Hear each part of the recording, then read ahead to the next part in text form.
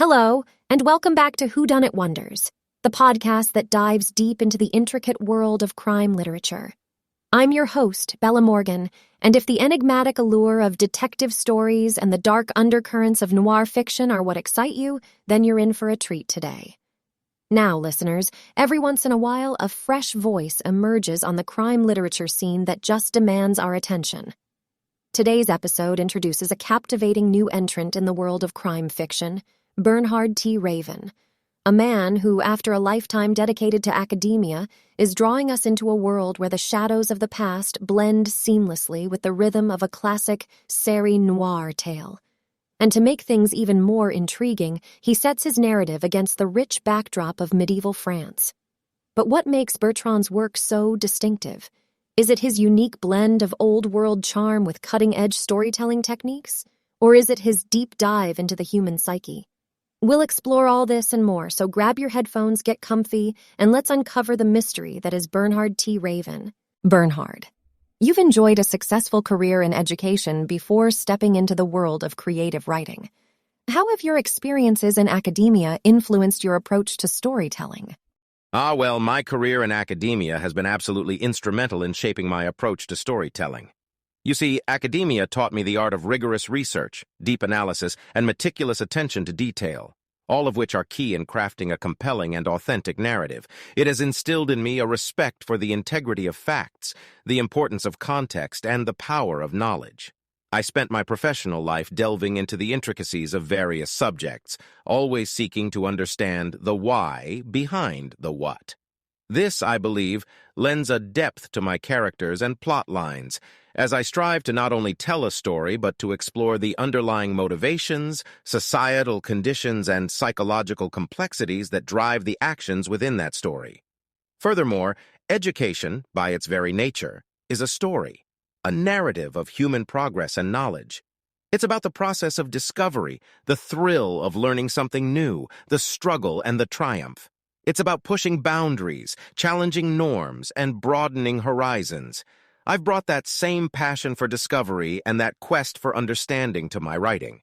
Finally, academia taught me the value of patience, persistence, and resilience, virtues that are as essential in writing as they are in any classroom. After all, every story is a journey, and like any journey, there are moments of self-doubt, challenges, and detours.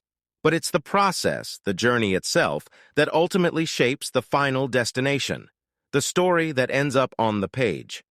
So, while I may have traded lecture halls for the solitude of my writing desk, I see this new journey as a natural extension of my academic life. Your unique choice of blending classic série noire with medieval France is certainly intriguing. Can you shed some light on what inspired this fusion and how you feel it will capture the interest of the readers? Indeed, the choice to meld série noire with the backdrop of medieval France came about quite organically, drawing on my love for both classic crime fiction and history. Classic série noire, with its morally ambiguous characters and its exploration of the darker sides of human nature, has always fascinated me. There's something inherently gripping about the genre, and it's my belief that these elements of intrigue, suspense, and psychological depth remain timeless. They capture the essence of human struggle, ambition, and moral complexity in a way that still resonates, regardless of the era in which the story is set. As for the setting, I've always been captivated by medieval France. It's a period rife with political and religious upheaval, societal transformation, and a rich tapestry of culture and folklore, all providing a fertile ground for storytelling. The age's intricate social hierarchies, the raw struggle for power, the constant tension between the sacred and the profane, they all mirror in many ways the thematic core of série noire. Melding these two, I believe, creates a distinctive universe where readers can experience the classic elements of série noire, the grit, the suspense, the moral ambiguity, in a fresh and intriguing light. Medieval France provides a dramatic, atmospheric stage upon which these intricate narratives can unfold, breathing new life into the genre. Moreover, I feel that this fusion appeals to our inherent curiosity about the past. It invites readers to step into a world that is both completely different and yet strikingly similar to our own. It's my hope that this blend of familiar and foreign, of timeless human themes set against a backdrop of historical richness will captivate readers and transport them into a world that is as thought-provoking as it is entertaining.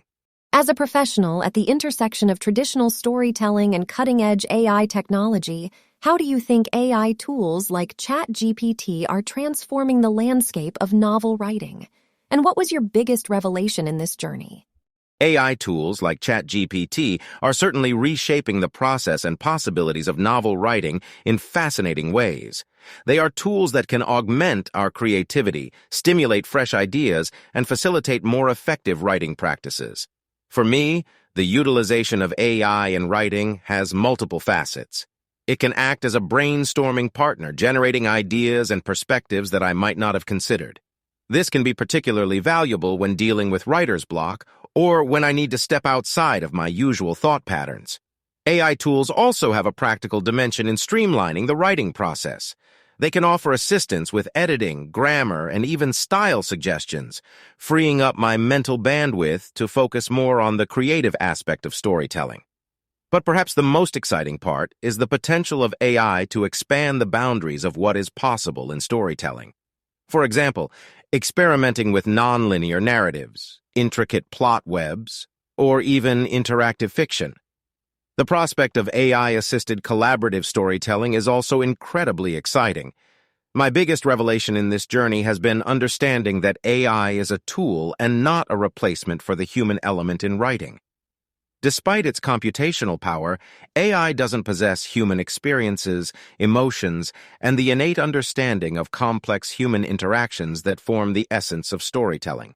However, when these human qualities combine with the capabilities of AI, it can result in a beautiful synergy that enhances the art of storytelling. So, while AI is transforming the landscape of novel writing, it's crucial to remember that it is a partner in the process, and the heart and soul of the story will always lie in the human experience. We know that your private passions play a significant role in your writings. Could you share a moment from history that significantly influenced your upcoming book? Oh, indeed. The medieval era, as we know, was filled with momentous events and dramatic changes. It's quite challenging to single out one moment, as I tend to draw inspiration from the overall atmosphere of the time.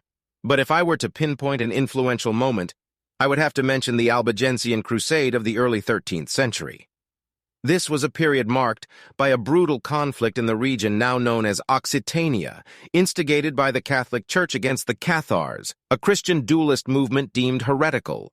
It was a turning point in the Middle Ages, encapsulating the extremes of human nature, religious fervor, and power politics. This period fascinated me because it illustrates the ambiguity of right and wrong, the shades of morality under extreme conditions, and the depths to which human beings can descend in the name of faith and power.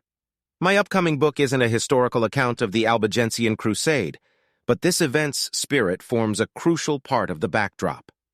The moral ambiguities, the power struggles, and the religious tension provide a rich framework within which my characters exist. It influences their decisions, their loyalties, their fears, and their ambitions. In many ways, the book is a reflection on the human capacity for both great nobility and profound darkness, which the Albigensian Crusade so vividly demonstrates.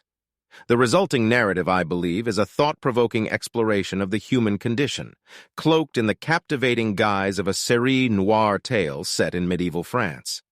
Finally, as you stand on the brink of retirement and look towards this new chapter in your life, what does success look like to you in the realm of writing? Is there a particular impact or legacy you wish to leave behind? Success in the realm of writing for me is not necessarily about accolades or bestseller lists, though those are certainly gratifying. For me, true success is creating a connection, sparking a thought or provoking an emotion in the reader.